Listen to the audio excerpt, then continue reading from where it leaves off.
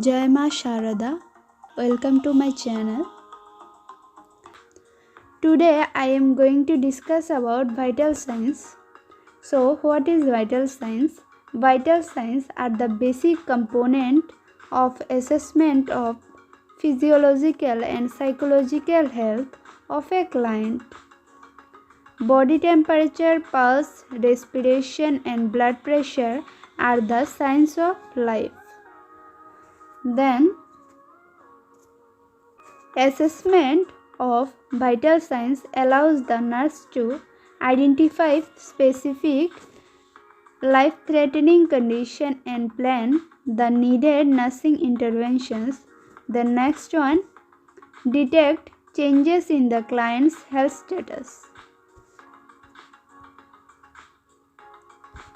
Then the normal body temperature of a person is 98.6 degree Fahrenheit or 37 degrees Celsius. The normal pulse is 72 beats per minute in adults. Then the normal respiration is 16 breaths per minute in adults. Then the normal blood pressure is 120/80 mm of Hg in adults. The regulation of body temperature is maintained by two mechanisms. First one is thermogenesis, the next one is thermolysis.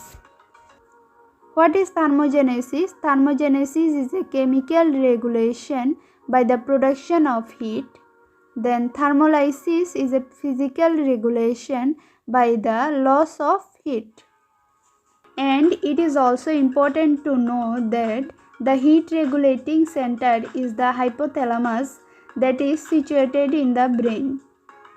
Then ways of producing heat in the body. First one is oxidation of food. During the metabolism of protein, carbohydrate and fat, heat is produced. 1 gram of carbohydrate gives 4 calories of heat. 1 gram of protein gives 4 calories of heat, and also 1 gram of fat gives 9 calories of heat. Then specific dynamic action of food. There is an increase in the production of energy in the form of heat after taking food. This is not due to the work in digestion or absorption, but is due to the stimulating effect of food on basal metabolism. It is known as specific dynamic action of food, and it varies according to the different nutrients. Specific dynamic action of fat is 4%. Specific dynamic action of carbohydrate is 5% to 6%. Specific dynamic action for protein is 30%, and for mixed diet is 12%. Exercise. During exercise, heat is produced faster than it is eliminated from the body. During exercise, the glycogen which is stored in the body will be released and broken down into sugars with the release of the energy. The heavier the exercise, the greater will be the production of heat in the body. Then strong emotions, excitement, anxiety, nervousness, etc. stimulate the autonomic nervous system, which causes stimulation of the different organs in the body, including the secreting glands. Due to this increased activity, heat is produced in the body. Then hormonal effect. Increased activity of the thyroid gland and adrenal gland raises the body temperature. Ovarian hormone, that is progesterone, produces a rise in the body temperature.